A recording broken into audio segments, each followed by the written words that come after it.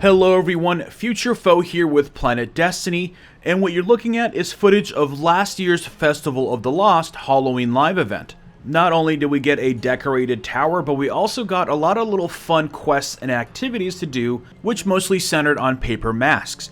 Festival of the Lost is slated to come back this year, and it's most likely gonna happen next week. But I do want to warn you guys that this might contain some spoilers for next week's activities, so if you want to go in blind, you might want to click away. But anyways, starting with the mystery bags this year, we have Gifts of the Lost and Treasures of the Lost. These are generally how you're going to be obtaining the masks and different consumable items for this event, and there's a good chance that Treasures of the Lost, which is the item on the right, is going to be purchasable from the Eververse Trading Company.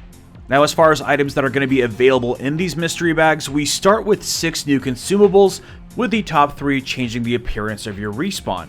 I'm going to be real curious to see what effects these give to our respawn, as I really enjoyed the Flight of Shadows from last year.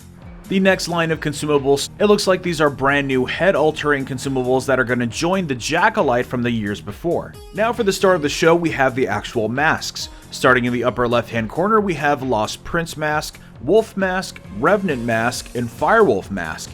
In the second row, we have the Siva Mask, Axis Mask, Ghost Mask, and Saladin Mask. I think my favorite mask from last year had to be the Atheon mask, which actually had you jump off of a ledge to complete a quest, which of course was a cheeky nod to the Year 1 glitch where you could defeat Atheon by making him walk off of a ledge.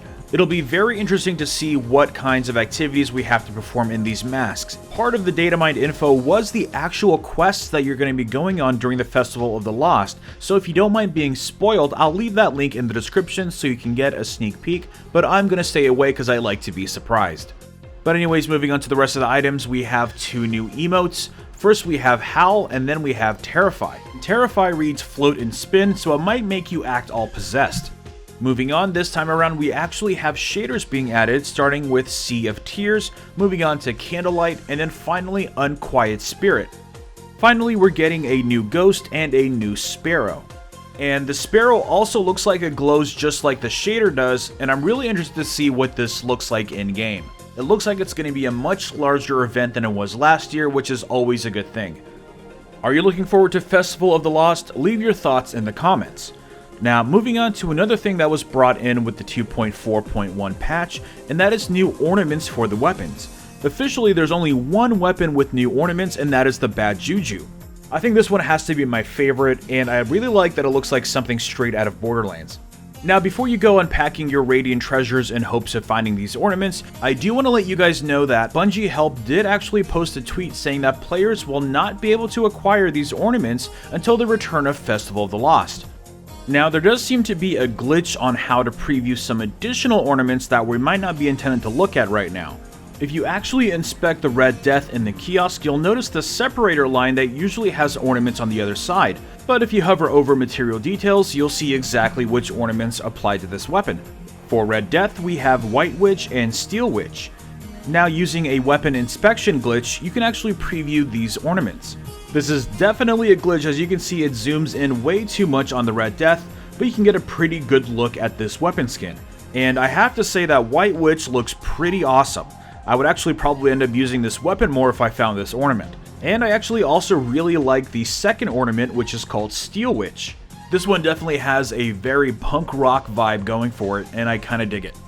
Now, the other gun this glitch works for is Thorn, with 2 new ornaments, Rose of Acid and Rose of Corruption.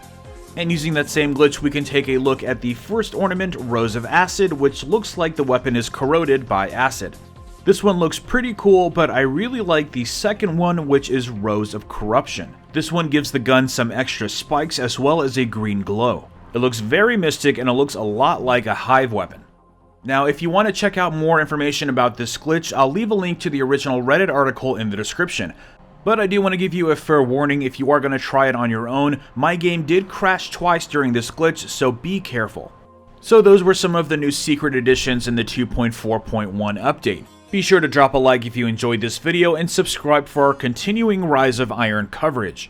This has been Future Foe with Planet Destiny. If you want to check out more of my videos, you can head on over to my channel. Have a good day, and we will see you next time.